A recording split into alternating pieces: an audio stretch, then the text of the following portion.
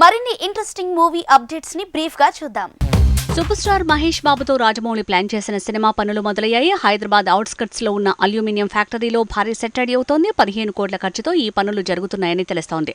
ఇక మహేష్ బాబు మూవీలో విలన్ గా బాలీవుడ్ హీరో కన్ఫర్మ్ అయ్యాడట. గ్రీక్ గాడ్ హృతిక్ రోషనే మహేష్ బాబు సినిమాలో విలన్ అంటూ ప్రచారం జరుగుతోంది. రాజమౌళి ఆఫర్ కి హృతిక్ ఎస్ చెప్పినట్టు కూడా భారీ ఎత్తున ప్రచారం జరుగుతోంది.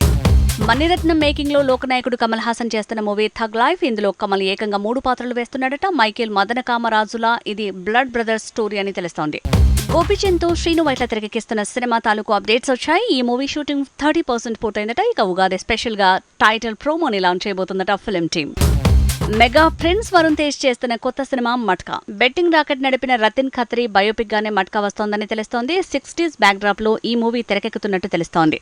యానిమల్ మీద విమర్శలు ప్రతి విమర్శలు చేస్తూ సందీప్ అలానే జావేద్ అఖ్తర్ ఆ మధ్య వార్తల్లోకి ఎక్కారు. అయితే ప్రజాస్వామ్య దేశంలో ఎవరు ఏదైనా తెరకెక్కించొచ్చు కాబట్టి 1 కాదు 2-3 యానిమల్స్ తీసినా తప్పలేదన్నాడు జావేద్ అఖ్తర్. తన పనిలో అసభ్యత లేదు కాబట్టి సందీప్ తన సినిమా కాకుండా తన కొడుకు నిర్మాతగా తీసిన మూవీని విమర్శించాడంటూ ఈ లిరిసిస్ట్ చేసిన కామెంట్స్ తో యానిమల్ వివాదం మళ్లీ సోషల్ మీడియాలో పుంజుకుంటోంది. మెగాస్టార్ చిరంజీవి విశ్వంభర సంక్రాంతికి రాకపోవచ్చంటున్నారు. గ్రాఫిక్స్ ఓకే, 8 నెలల టైం పట్టేలా ఉండటంతో ఈ సినిమా వెనకడుగు వేస్తోందట. ది రాజా సాబ్ పొంగల్కి వస్తే ఆ టీంకి విశ్వంభర టీం సైడ్ ఇవ్వొచ్చని ప్రచారం జరుగుతోంది.